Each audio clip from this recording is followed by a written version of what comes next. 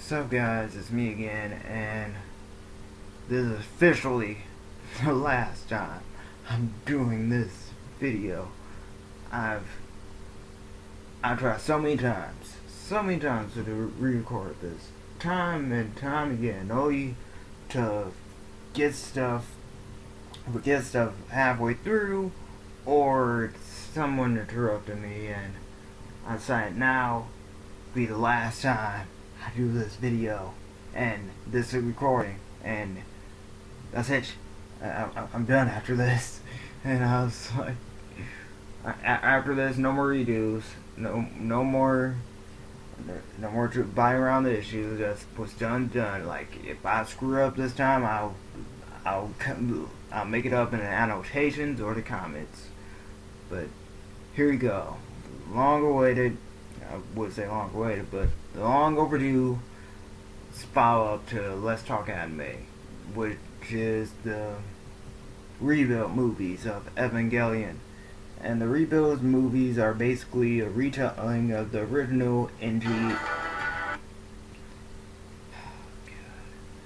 And oh boy, thing is, last video I talked about my experience with NGE. With the rebuilds, I knew they existed, but I didn't know the difference between them and the original. And I was halfway tempted to watch the rebuilds instead of the originals, but I was like, nah, just don't do that, because the rebuild, I think 2.0 showed on Toonami, because I was trying to find where I could watch the rebuilds at, and yeah, they didn't have, I had to look far and wide for the damn English dub, mind you, and I'm kind of glad I stuck with the original. Not that the rebuilds are bad, and they're not. It's just they're kind of lacking compared to the original, and that's what you'll hear from a lot of people. Yeah, they did the action scenes better, I will give them that, but everything else was kinda okay-ish compared to the original. But I digress. Here's my take on the rebuild movies. I'm skipping 1.0 entirely because I still refuse to watch that. I just can't do it. I'm sorry. I can't do retellings. I can't do recaps. I have you watch Death and Rebirth, and that's to say a lot. But as far as 2.0 and 3.0 go, remember that comment I said where someone basically described the rebuilds as 1.0 being how NGE was, 2.0 being Ava fans, and 3.0 being how Anno wanted it to be. Well, that's literally true here. That's literally how you could sum up the rebuild, all the rebuild movies. 2.0 and especially, because this is where you have people who like it, and like Demo said in his review, from if you're someone who an anime film, yeah, it's alright, and it does leave you begging for more, but if you're an NGE fan, it did a lot of things wrong. I would say wrongish, but just it raised a lot of questions. First off, Mary Makanami was introduced in this movie, and for what purpose at all was she here? To test pilot Unit 8, and that was about it, and to meet Shinji on the roof, and then give Shinji the speech that Kaji was supposed to give him, and her character just didn't make sense here.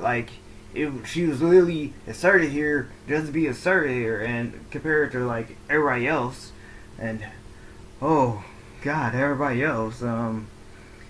Let's start from the beginning. I'm gonna try to recap as best as I can. Like I said, the movie opens up with Mary in Unit 8, and her her test pilot, go in beast mode or whatnot, stopping the angel. We see the rainbow cross, and then the scene moves on to Shinji and Gendo at Yu's grave. I refuse to call her Yui. And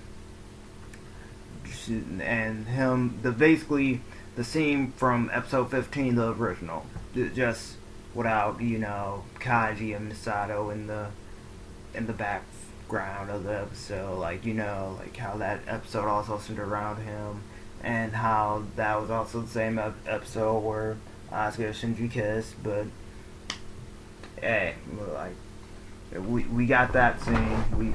We get the memorial scene where him, which would have made would have weighed a lot emotionally if the scene following didn't happen, which was Angel Attack, and we get introduced to Asuka Shikinami, and oh boy, did I not know how to take Asuka Shikinami. I was like, yay, it's Asuka.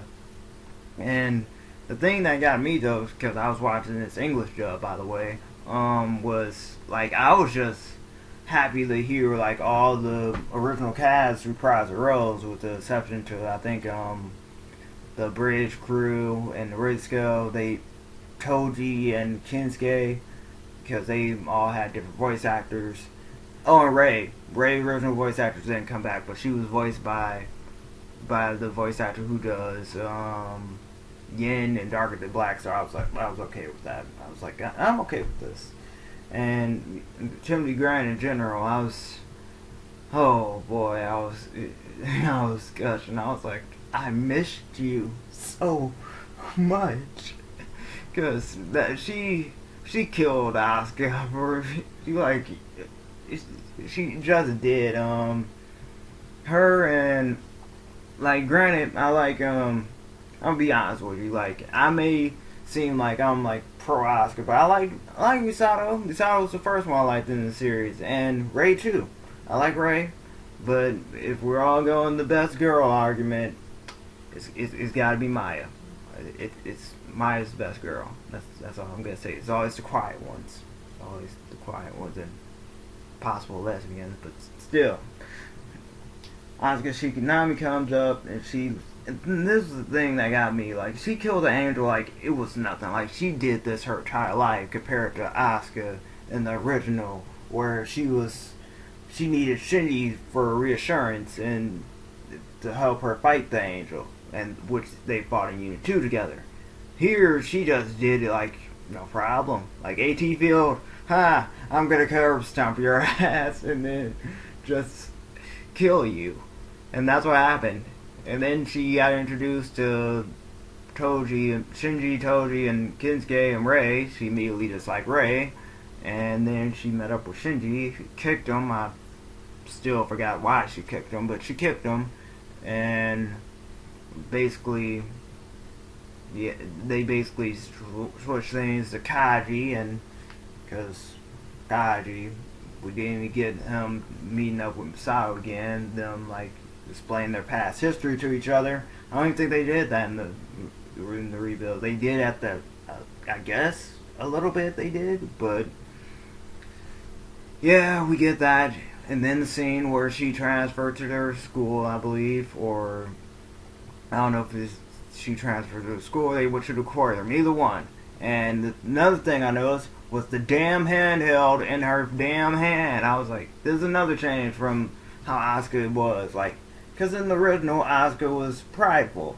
She's prideful and, like, I guess arrogant, you could say that too. Because she lapped up attention. That's attention recognition. And that's what she got, like, immediately after she get transferred to Shinji's school. With the love letters and being the most popular girl in school. And here, she's basically shutting everyone out, like how Shinji would do. And it's not like, oh, Asuka's just pushing people away because of her brash personality. No, Asuka is literally pushing people away, and just because there was no anger involved at all, just except one person. I think one person got kicked, but still, like, this is like a contrast to how Asuka was in the original. Also, her relationship with Hikari, which I'll touch upon later, and it was also at the aquarium where she did it again, but this time she was like, she did it when I think Masato forced her to go, but she was like her complex towards Kaji is gone too. That's another thing that's missing. With her, like in the original, Asuka was quick to grow up, like quick to prove that she's an adult, and she thought like by seducing Kaji and having Kaji see her as a, like by getting Kaji, it would prove that he sees her as an adult, and that we obviously know that went. God damn, you director cut of episode 22, and that's all gone here. Like, the focus is mainly on Shinji for her affection, which normally I have no problem with, but here it just seemed forced. Like, it really did. And I was, it's,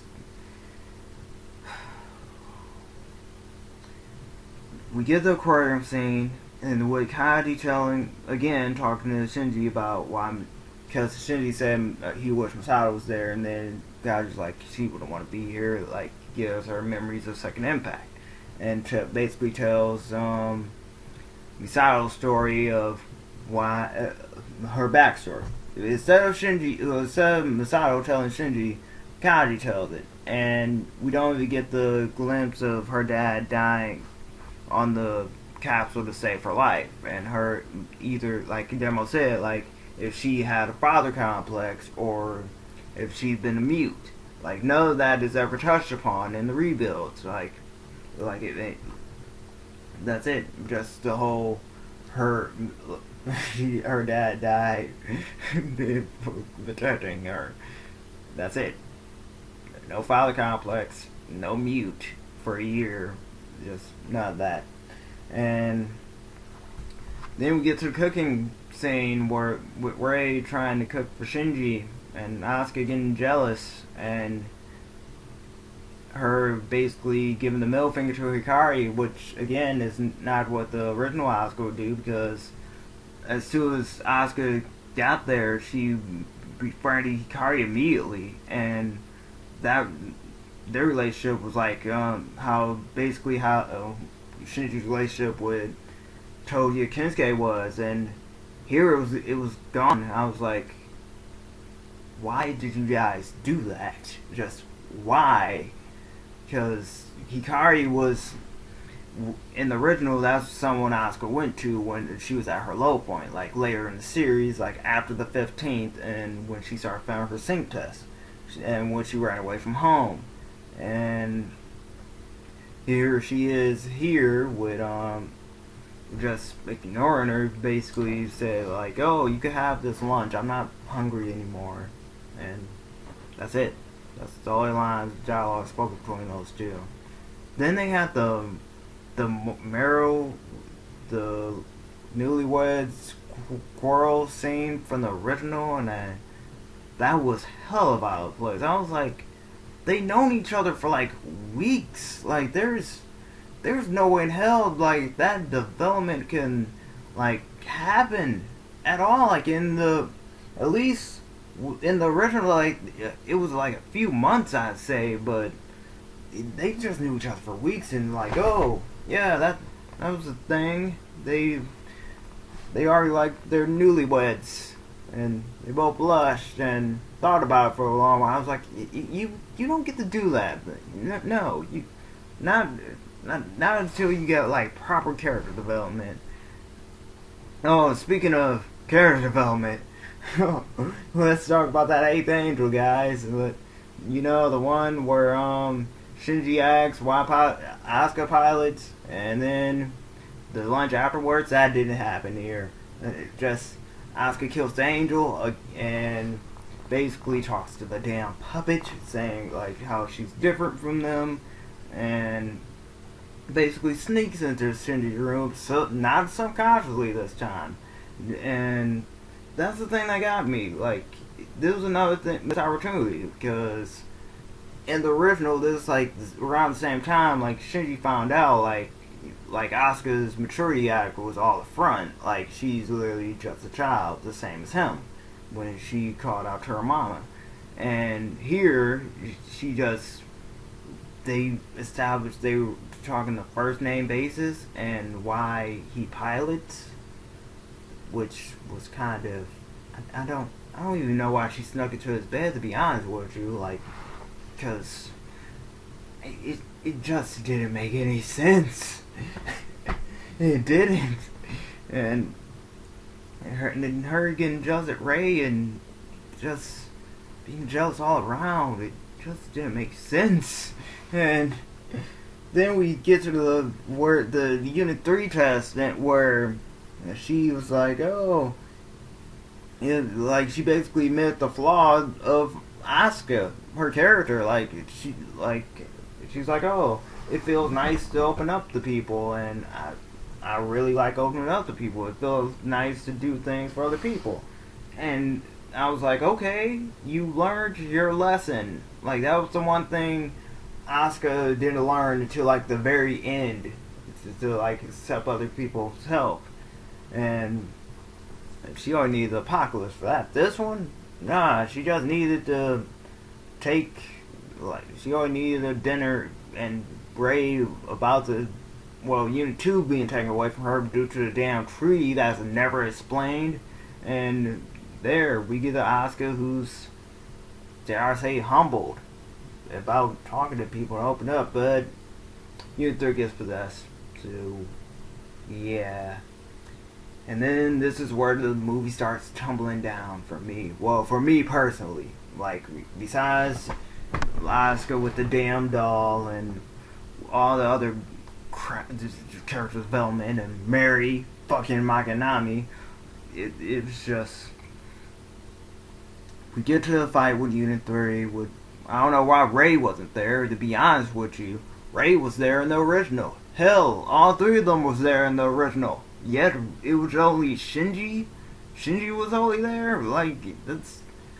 And this time he was blinded. Like, again, what like Demo pointed out. Like, yeah, we did something different. Asuka's in Unit 3, but we blinded Shinji this time. It was like the thing that made it so impactful in the original was like Shinji was forced to watch that. Like, he had to watch his like Unit 1 brutalized Toji, and here he didn't have to see it. It just was applied. And that damn song, that was what made me want to wish the movie in, like, right then and there. That damn fucking campy ass song that made no sense at all. It didn't. It was like this, at least with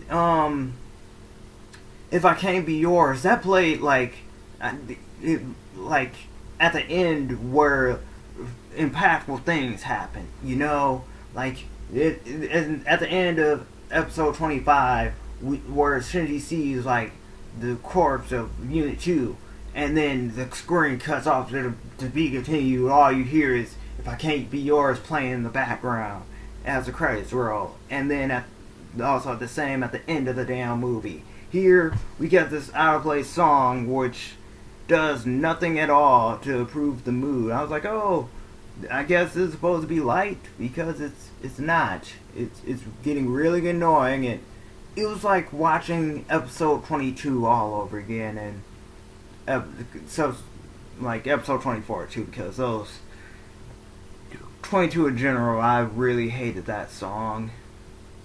And 24, I just didn't like how it was dragged out, but given budgets, I can see why that actually added its benefit. But yeah, Campy song aside, Shinji brutalized Asuka, then threatens to destroy the Geofront, except this time, instead of original, like, we actually see Shinji about to destroy the Geofront, and I give Rebuild Shinji that. He was about to blow up the Geofront. So, yeah. kudos to you, Shinji. Rebuild Shinji. You get one. And then we get to the again where this damn thing started tumbling down, and with the whole Shinji refusing pilot Unit 1 again, and basically saying bad things happen when I get in the Ava. I hurt people and get hurt. I'm going to leave. And then we get to the scene where we find out Asuka's alive, but she's contaminated. The angel contaminated her, which was playing the eye patch later. So, yeah, that too. Then we get the Rei looking on shocked that I guess she found out that Shinji was leaving. And then Misato trying to convince Shinji not to leave and telling him about Asuka, but Shinji left beforehand, so he didn't know about Asuka. He just assumed the worst.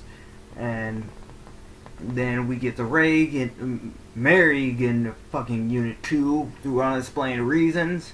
Since it's playing at 3.0, we're still doing the mother souls are in unit in the Ava units, which if applying it here would mean Asuka's mom is still here again, which raised the questions: what the hell happened to Asuka's mom in the Rebuild movies? Like, we found out what Shinji's mom stayed the same, so what happened to Asuka's mom? Just it's think about it too much. Anyway, Mary goes beast mode in Unit 2, and Rei stops the angel so she can escape. And then, because she doesn't want Shinji the pilot, so she fights the angel by herself, because God knows why. And here we go to the speech. The speech that was from the original, which was told by fucking Kaji, and was impactful about it, was him seeing the oh god. Okay, I'm gonna get through this. Mary basically gave Shinji the speech that Kaji was supposed to give, that gave him in the original, telling him like there's things only he can do, and instead of seeing like, I think he still did see Unit 2's face, but I think he saw like instead, like, that's the main reason Shinji did in the original. He saw like Unit 2's decapitated head, and then he left. And here, I think he saw like Unit 2's head, and I think Rei getting his Zord, or Rei already Zord, but whatever. He gets back into Unit 1, basically the same scene, like the same thing that happened when before he got his Zord happened. He busts to the Zero Front with the Angel. Sato telling him to go on, you can do it, and funny, there's gonna be like a funny meme here, trust me. And it just, he basically asked for Rei back, because Rei, I don't even know how to talk about the relationship between him and Rei here. Like, I guess I could get it since the anime basically focused like heavily on like his relationship with Asuka, because after a while, like after he finds out the truth about Rei, he basically distanced himself from her. And here it was there from the start, like from 1.0 to the start of 2.0. You could just see it, like the chemistry between them.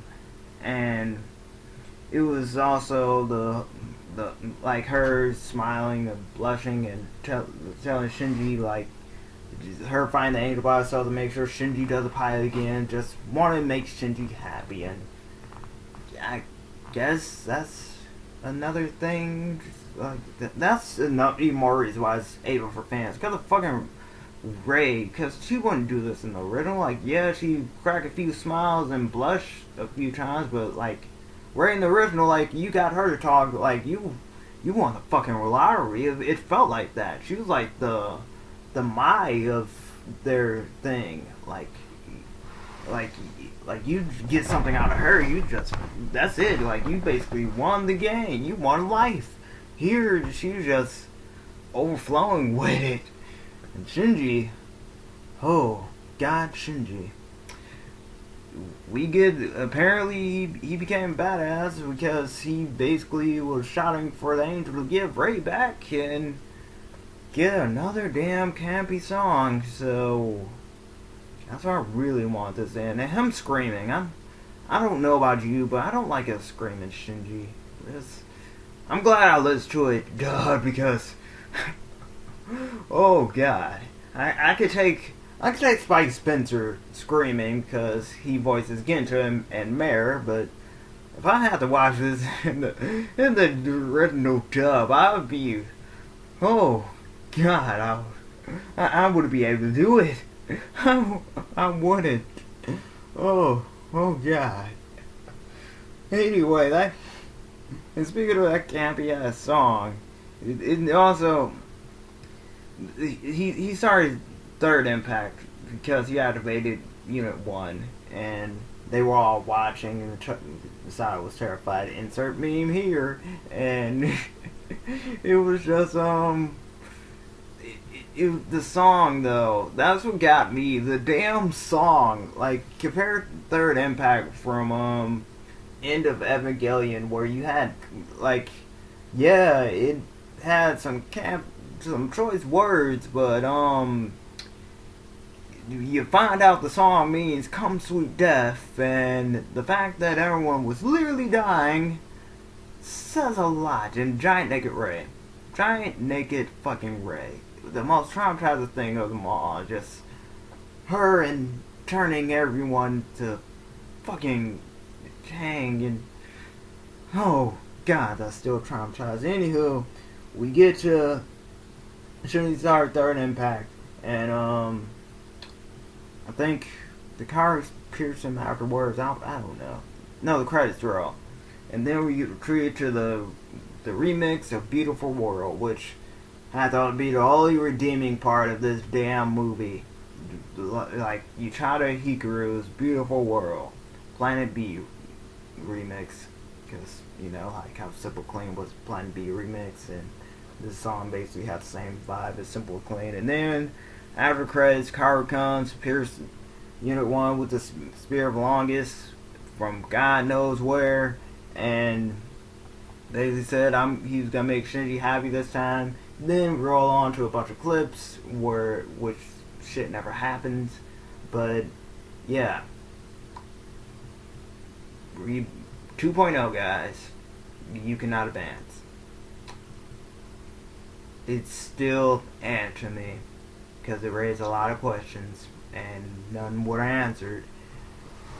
And all is just Mary. That's all I have to say. Mary fucking Makanami. And 3.0 though. I like 3.0 a lot more than 2.0. And that has to be like the general consensus as of now. Like, just 3.0 was, oh brother, welcome back. That was a good welcome back. Especially after I had to rewatch it a few times to get my final thoughts on it. And here we are. 14 years later. It's been 14 years since Shinji was in Unit 1, and he's out in space with an Asuka and Mary attacks to go get him. And here we are with Asuka again, and they show, like, I think the mass production Avas that were attacking, or it was an angel.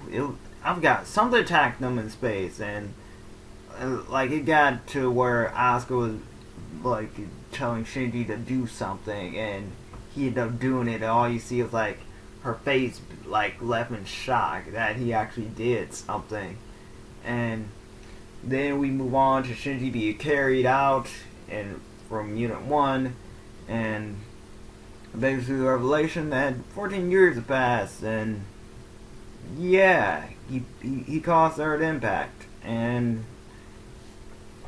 this is where we go from okay Shinji to I want to punch you Shinji, because god did I want to punch Shinji a lot in this, because he went back to the Shinji of the original where I said there were a few episodes I wanted to punch Shinji in the face, where this entire movie I want to punch Shinji in the face. because everything was like, I get the point that Ano was trying to do, which is, oh, Shinji doesn't understand what's going on, and neither does the viewer. Like, we were in Shinji's shoes, we didn't know what was going on. 14 years has passed, and everything's new. That they basically, that's what they did. They basically went their own route away from the original, like how they've been doing in like 1.0, 2.0, and went a completely different direction. Here, and then it got to like where he basically found out like he couldn't sync with Unit 1 anymore, which you think Shinji, after all the shit he complained about, saying like bad things happen when I'm in the A vibe, I'm hurt and be hurt, you think he'd be glad about that. Like, no, Shinji's not glad. Like, Sakura's glad for him, Toki's sister. She's like, is this great? Like, is this a good thing? This is what you wanted. And which is ironic, because this is literally what Shinji wanted. He didn't want a pilot. And he gets the so-called truth of, hey, you can't pilot Unit 1 anymore. And he's like, oh, but I want to pilot it. And that's what pissed me off the most. He wants to pilot now. And they just told him no. Like, just don't do it. And we get the reveal of Asuka and her basically telling Shinji about like how, like, she basically punched the glass because she said she had built in like 14 years of, like, I think grief and anger. Yeah, that's what she said. And she told him about the curse of Eva, and how she, like, the thing I noticed like a lot in this movie, like after I watched it again, like, Asuka seemed to demean Shinji a lot in this movie. Like, compared to like the original Asuka, she demeaned Shinji a lot in here, and it was just like, probably due to the fact that she's, like, someone pointed out, like, the fact that Shinji started stirred impact for Rei and went out to save Rei, just like and she's jealous about that, because it clearly shows, like, it like shows later down the line too, like how, like, Asuka may seem like she hates Shinji's guts and all that, but she literally, like, still cares about him. But that's just me looking into it. And she basically told him like how the Ayanami series was and whatnot. Said it was pointless. Then Risco and Misato both tell him that the Rei he knew is gone, which I don't see why he didn't pick that up. Like, what do you mean she's gone? Like, I saved her, right? And he's like, yeah, kinda in Unit 1. I'm pretty sure Risco told him that. Risco or Misato told him, like, she's in Unit 1.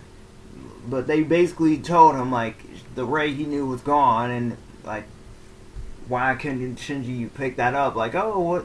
They probably could explain more, but they didn't. So, and now I'll touch upon that later, because I was in the wrong here too, trust me. And it was also, this is where Rei came and tried to get Shinji back, and Asuka was, and this right here is, where, this was the only time I liked Mary.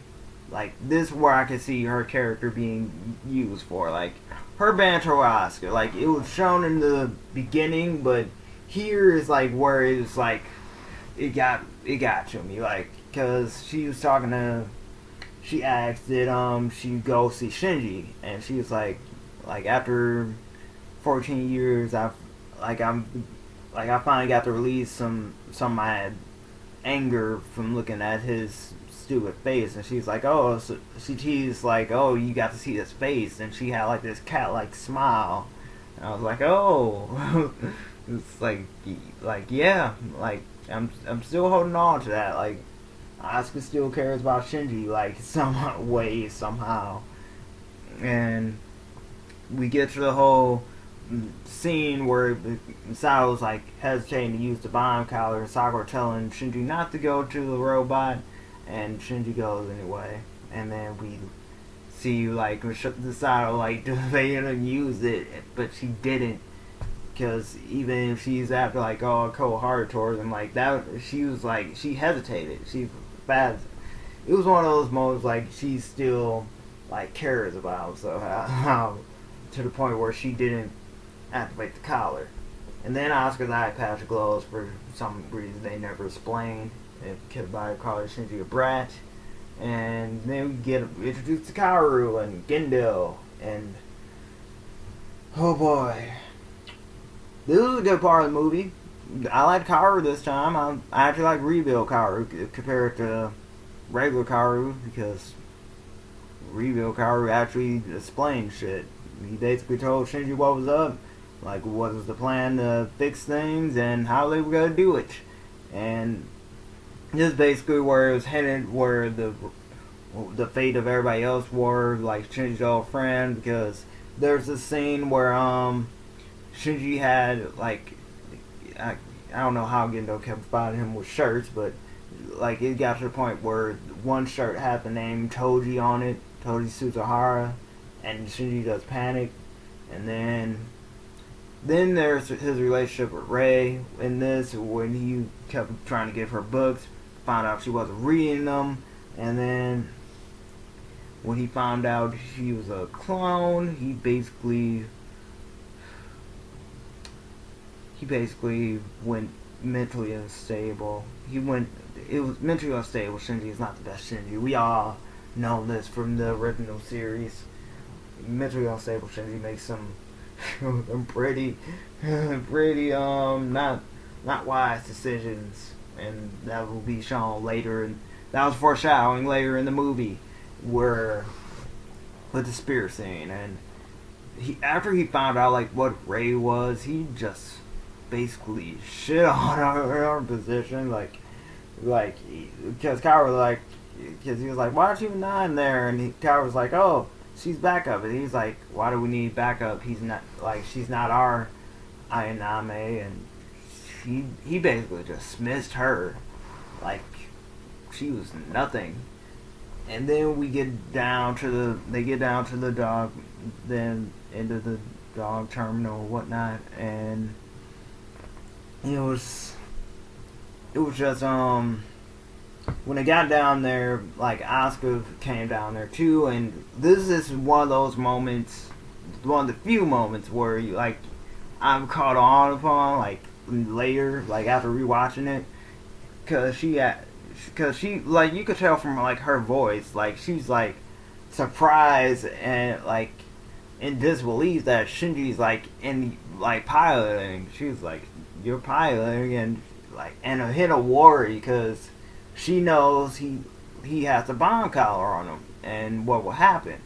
And Shinji basically tells her what he plans on doing, which is like his plan to save everything. And he's like, Asuka's still calling him a brat. They fight. Meanwhile, Kaoru's like seeing things over and realizing that's not the spear he's looking for, and the fact that like it's two different spears. And meanwhile, Mary is holding down Unit 9 with Rei, telling her like her original was better, which original she meant was, I don't know if she meant the original Rei or like Yui, but god damn it. And it made her question herself.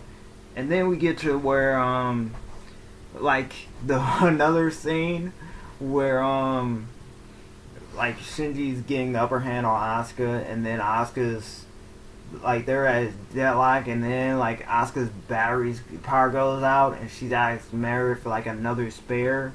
And at this time, Shinji like capitalizes and punches her, knocks her out, and then as the power is still out, and you hear Mary saying like it's gonna be there, like she already launched it. Like you hear Asuka like saying like you actually hit a girl, and like you're the worst. And I was like, really, like that's that's even more like proof that she still cares, because she's like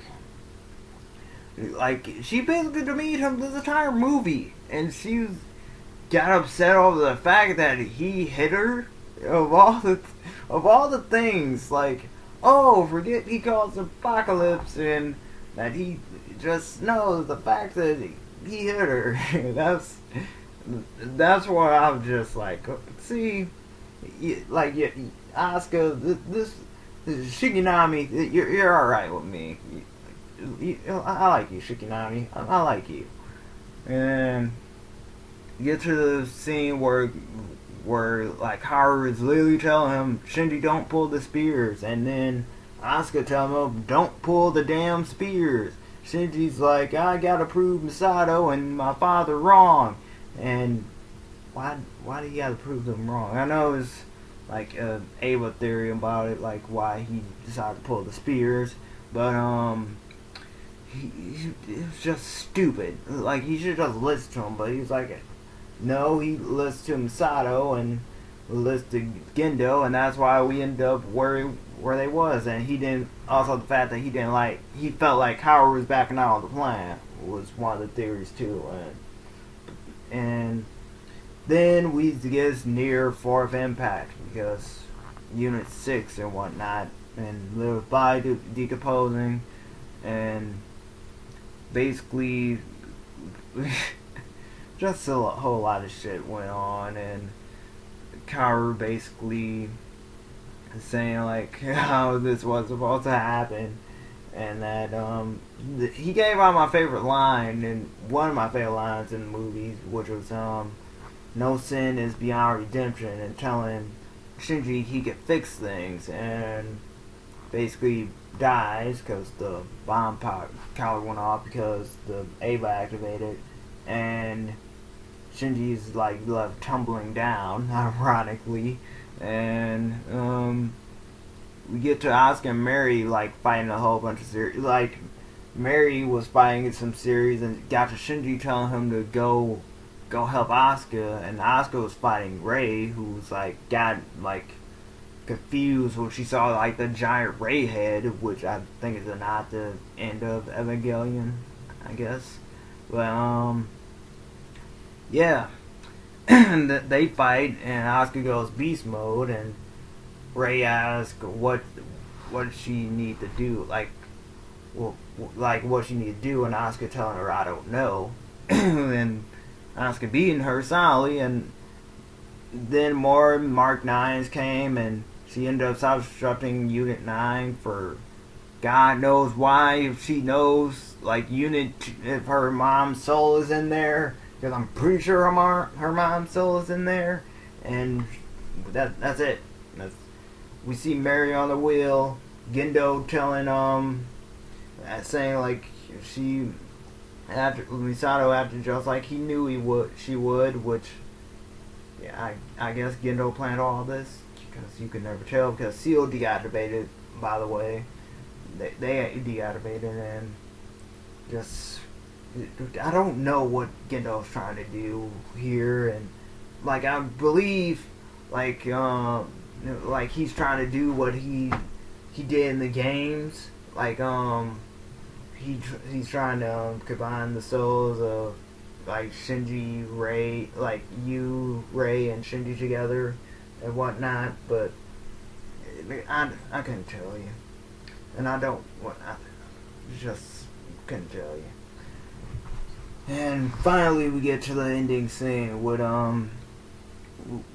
Asuka telling Rei and Shinji for not saving her, which I'm pretty sure is like what I guess a reference to the third angel contaminating her, or the fact that he didn't go look for her, like her entry plug, and she basically telling him like he's always thinking about himself, and even after all this time he's always thinking about himself.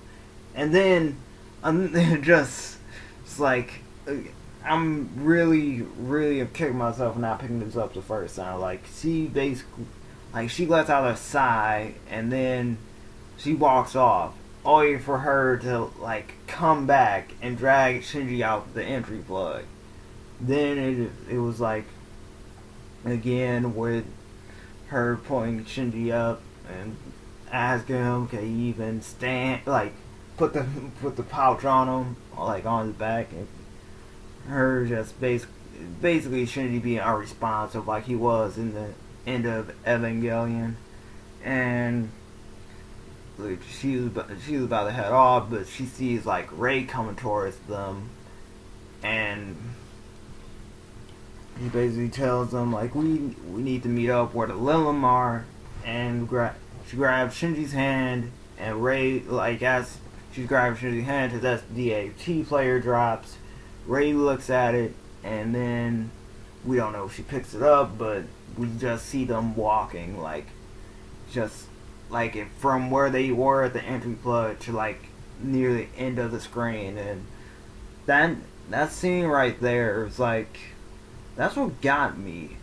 That was what the main thing that got me. Like you cannot redo. Like that was the main. That brought the point back home, like straight back.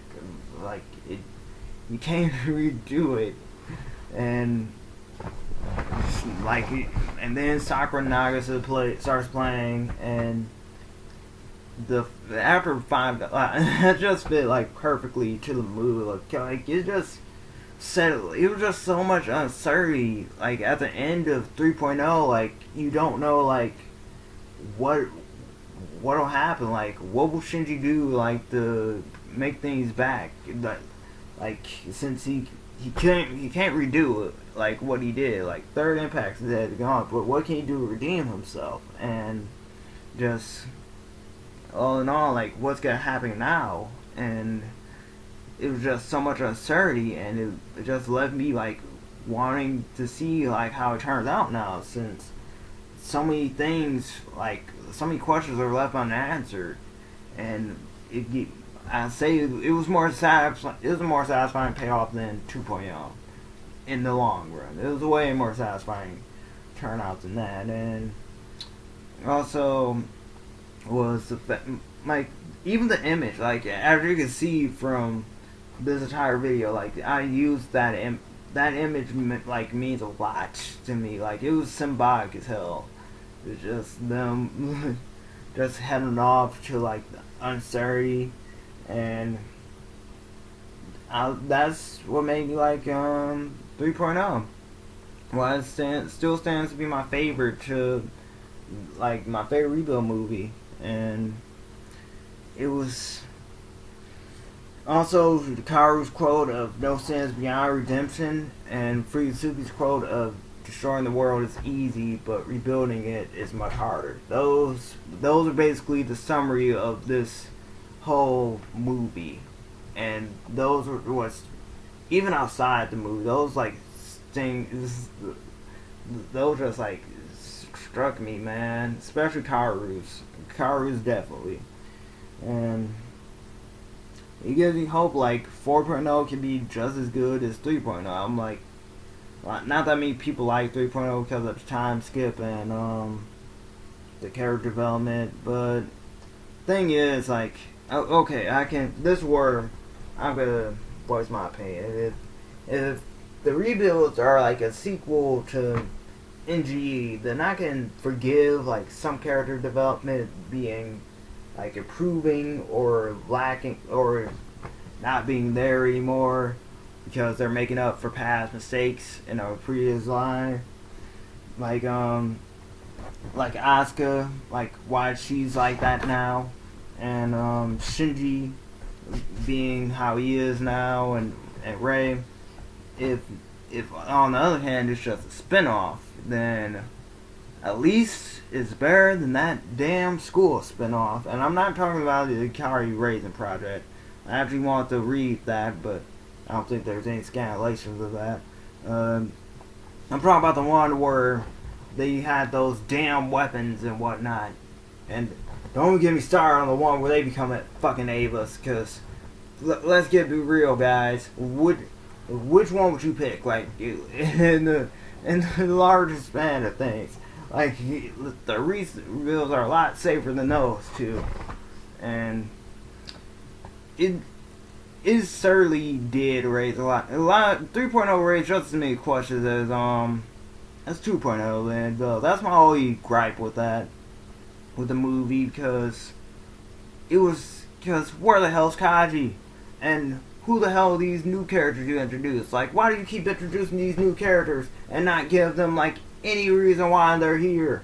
Other than, oh, look, a new character. Let's not explain why they're here. I hate when people do that. You can't just announce a new character and be like, hey, here's a new character with no backstory whatsoever or relevance to the plot. You don't do that. That's cannon fodder. You just don't do it, man. And that's my major complaint with 3.0 and the whole soul thing, because again, and Gendo and Misato, oh my god. Just, why didn't she tell Shinji in the first place?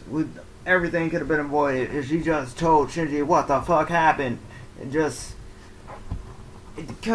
like, if you haven't noticed, Shinji triggers impacts when he's in an emotional state, a very distressed emotional state. But no, let's leave that alone. Let's leave Shinji in the dark so he can be even more insecure and uncertain, and then question everything he's known, and not lead him into distress or paranoia at all, and which will lead to more impacts to happen. Let's forget keeping him happy. The only reason I say this is because of fan fiction pointed this out. Fucking fan fiction pointed this out. Like, something that was like should have been known, like, from 2.0. Like, hey, how can we stop this, guys? I know, let's keep the guy who can cause the apocalypse happy. How about that? Because even in the original, that's the same reason why Shinji started Third Impact, because he was mentally unstable at that point, and Asuka refusing to help him was the straw that broke the camel's back. And yeah, that's it. It's all gonna be avoided if they would have told Shinji, but you know that we have to have a movie. So that's my take on the rebuilds, guys. What do you think about it? And if I had to recommend the rebuilds, like the regular series to the rebuild, I'd say watch the regular series first. Watch the regular series and then decide, like me, and then decide if you want to watch the rebuilds or not. Or whichever one. My word is the law, so watch whatever ones suits you and hope for the best. Because, like, I know NG isn't a masterpiece, but it's good. I'll give it that. It has its flaws, which I pointed out. Like, I can point out some flaws in the regular ones, but in the rebuilds. But no major flaw I can give the rebuild is that it lacks character. That's about it. It lacks, like, that element that made relate to the other characters in the originals, like, so easy and simple, like natural and human. Like, no, that's not here, like, not at all. And I guess you could say it's from Anno being happy, since there is literally a lack of suicide here compared to how it is the original, because Jesus, there was a lot of suicide references in that series, and death. Lots of death too, but here not so much. It's lighter. So there you go, guys. I'm done here. Thanks for watching, and I'll see you on the next Let's Talk Anime. And hopefully it's not going to be another anime movie anytime soon. I will promise you that this is my last time doing an anime movie theater. God, who knows how long I've spent talking on this, but thanks for those making it through, and thanks for not giving up on me. And I'll see you next to go around. I'm done. Not doing this again. Never